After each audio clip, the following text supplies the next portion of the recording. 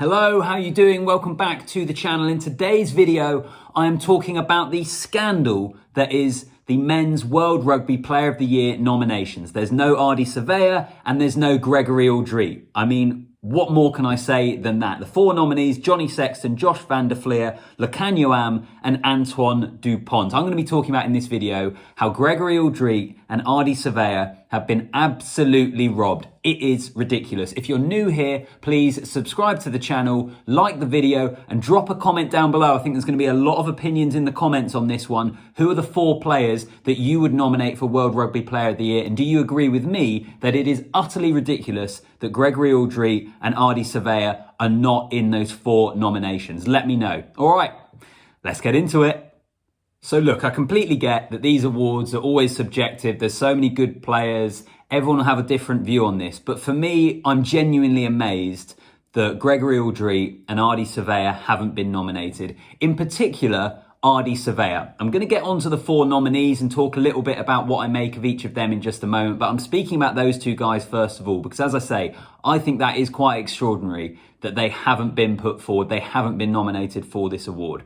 Ardie Savea, first of all, is probably the best back row in the world, I would suggest. Josh van der Flier, who I'm going to get onto, is also very worthy of a mention in that category. But Ardie Savea has been playing in an All Blacks side that is quite literally, statistically proven, probably the worst All Blacks side since the 90s. If you look at the amount of games they've lost in 2022, you have to go all the way back to the 90s when they were losing this many games. So Ardie Savea is playing in that team and he is still absolutely exceptional. He's consistently their best player. And you look at the different games as well. You look at the games where New Zealand lose and they're struggling. He is the one providing some sort of resistance towards the opposition, who is consistently still an absolute handful. And then you look at the games which they win, where New Zealand play better, he's on the front foot. He's an absolute wrecking ball with ball in hand. Against Wales the other week at the Principality Stadium, I mean, he was on a completely different level to every other player on the pitch. He got New Zealand on the front foot, breaking tackles, so explosive, so dangerous. So I just think Ardie Savea has to be not one of the nominees. I'm not sure I'd quite give him Player of the Year, I don't think, but he has to be one of the four nominees in my opinion. Also, let's move on to Gregory Alldritt, okay? Because actually, I say that Savea is probably the form back rower in the world.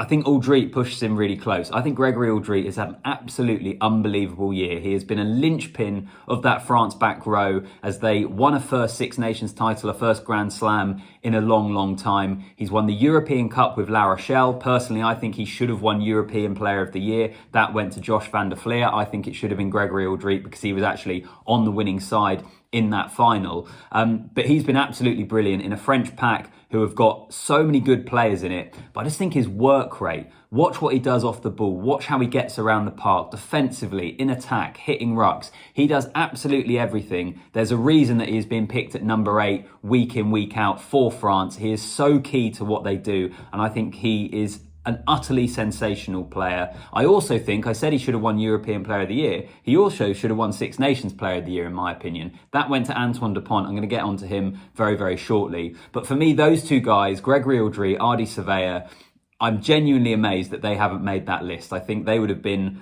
probably my first two names on it, and also then with Josh van der Flier, which brings us to the actual nominees. Congratulations to these guys. This is nothing personal against them, but as I say, I just think two of those guys, Ardie Savea, Gregory Alldritt, should have been in there. Josh van der Flier, though, worthy nominee. I think he has been absolutely excellent. He's been sensational for Ireland. He's also played consistently for Ireland. I'm going to speak about Johnny Sexton. Sexton has missed a couple of games. We know how he does have issues with injury, so he hasn't been as regular in the team. He's been pretty regular, but van der Flier has just been there all the time. He's been so good in that back row. Yeah, he's been absolutely excellent. I think if you're picking a World 15, he gets into it. My back row would be Savea, van der Flier and Gregory Alldritt. So van der Flier, I'm really glad to see him listed. And out of the four nominees, he's the one that should win it, in my opinion. As I said before, I actually would like to see Gregory Alldritt. Overall, he would be my Player of the Year. But given the four nominees that we've got, for me, Josh van der Flier should be the winner of this award. But given the four names that we've been given in terms of nominees, who knows who's going to end up winning it? Let's speak about Johnny Sexton as well, his countryman, his captain for Ireland. Look, we are all amazed at Johnny Sexton and his longevity. He's had a brilliant career. He's still performing at a really, really good level as well. But I don't know, I just feel like if I think about Ireland, and if we're thinking about World Player of the Year, there are two names for me that you could argue quite convincingly should be on this list. One is Josh van der Flier, and the other one would be Tadhg Beirne. I'm not sure, for me, it would be Johnny Sexton. Now, he is the fly half, he is running that ship, he's helping run that attack, and actually, it's a really brilliant side. So I can understand the argument for why people would put him in. Personally, I would question it. I'm not sure that I would have him in there. There is a really good argument, though, that people could throw at me for Johnny Sexton. And if you look at the games he's missed this year, he missed the first test against the All Blacks in Ireland's summer tour, and he missed the match against France in the Six Nations. Two big games, and two games that Ireland actually then lost. So maybe that does highlight the influence of Johnny Sexton on this Ireland side. They're still really good without him, but you could put forward an argument to say that actually he is still so key to making them tick. I think maybe many of you in the comments will say that. I understand that argument. As I say, I'm just not sure. I'm not sure that I would have him amongst my nominees. Let's get on to Lukhanyo Am. This is, for me, possibly the most surprising pick of the four. And look, I should caveat that by saying that Lukhanyo Am, on his day, is the best centre in the world. I think when he has been at his very best, he is the best centre in the world. He's absolutely brilliant. I think he's a brilliant, brilliant rugby player.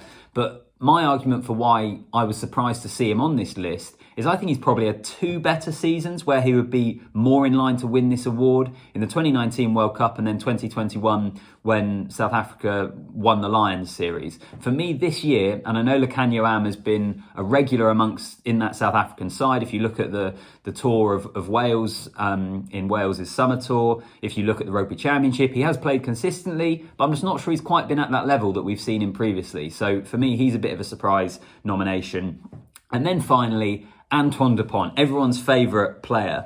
And I think Antoine Dupont is at a point where it almost doesn't matter what his form's like. He still gets nominated for these awards.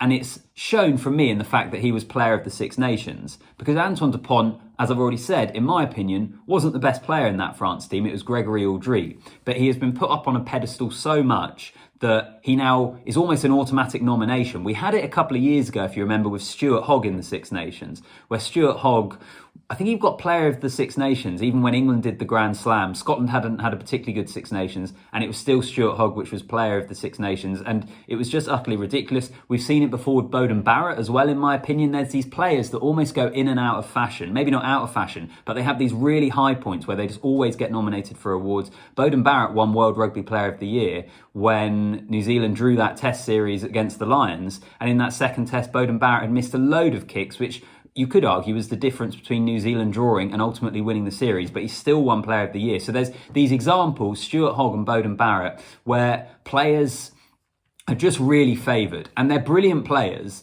but I think sometimes it means that people don't actually look at their form. And Antoine Dupont, as sensational as he's been, he's the reigning World Player of the Year. This year, actually, he hasn't been as good as he has in previous years. So therefore, I'm not certain. I think I could understand him having a nomination, but him over Gregory Alldritt, Aldritt's had the better year, particularly when you consider he won the European Cup as well, but he's also been better at an international level. So that was a little surprising for me.